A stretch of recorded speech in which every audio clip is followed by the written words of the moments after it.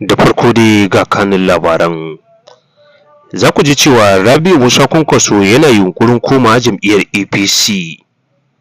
A ta gefe kuwa koya Abdullahi Umar Ganduje zai ji bayan Kwankwaso ya koma jam'iyyar APC. Bola Ahmed Tinubu har yanzu yana kan bakansa akan cewar yana buƙatar Rabi'u Musa Kwankwaso a cikin jam'iyyar. Assalamu alaikum wa rahmatullahi ta'ala wa barakatuh, barkanmu da wannan lokaci. Sannunmu da sake saduwa da ku a cikin wannan tasha tamu mai ɗimbin albarka. Idan yau ka fara shigowa wannan tasha, ka daure ka danna mana subscribing sannan ka haɗa mana da alamar ƙararrawa ta yadda da zarar mun ɗora shirye-shiryenmu za su riske ka cikin ƙanƙanin lokaci. Rabi'u Musa Kwankwaso yana yunƙurin komawa jam'iyyar APC tun bayan wasu kalamai da suka fito daga cikin jam'iyyar.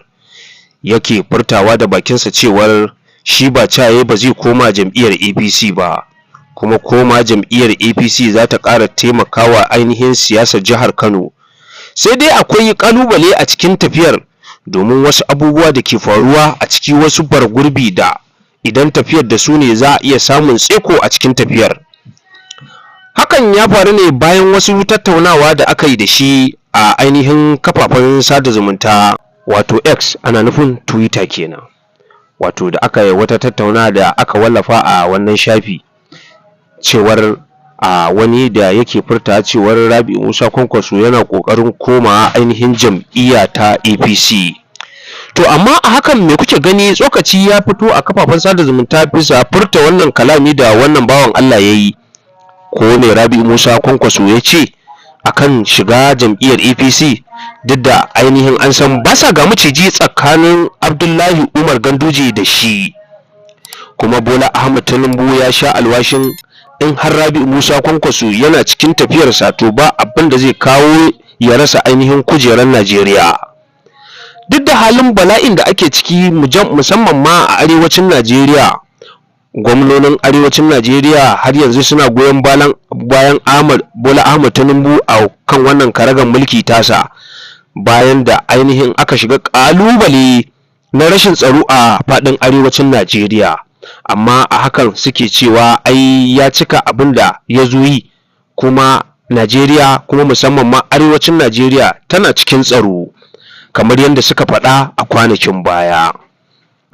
A yanzu ko 'yan arewacin Najeriya sun sha alwashin cewa babu ta yadda za a yi su ƙara zaɓar jam'iyyar APC ko kuma ainihin jam'iyyar PDP. Da yawancinsu a 100%, 80% sun ce ba wayannan jam'iyyu ba su ba ƙuri'arsu.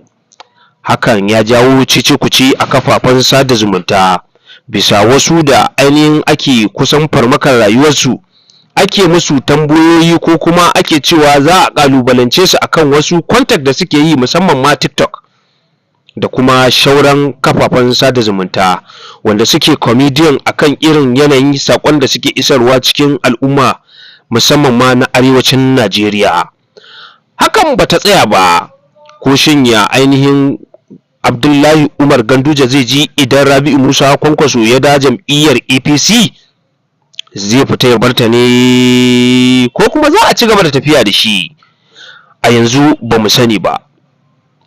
Duk abin da ke faruwa dai a jihar Kano bayan mutane biyun nan ne, Rabi'u Musa Kwankwaso da kuma Abdullahi Umar Ganduje. Amma yanzu ga ainihin wani yana ƙoƙarin tsomo ƙafarsa a cikin wannan tafiya, domin Barau Jibrin Maliya kenan, wanda shine yake ƙoƙari cewa zai ainihin karɓar ragaman mulkin a ainihin APC a 2027, wanda ƙoƙarin tsayawa takara a jam'iyyar APC a jihar Kano. Shin wani ra'ayi kuke da shi akan wannan tafiya? Shin Rabi'u Musa Kwankwaso idan ya koma jam'iyyar APC, me kuke tunanin zai faru? Wato a ƙarshe Abdullahi Umar Ganduje zai bar jam'iyyar APC ne, ko kuma za a haɗe guri ɗaya a taimaki al'umma? Barau Jibrin Maliya, wanda shine yake zai fito takara a 2027 domin karɓar ragamar jihar Kano.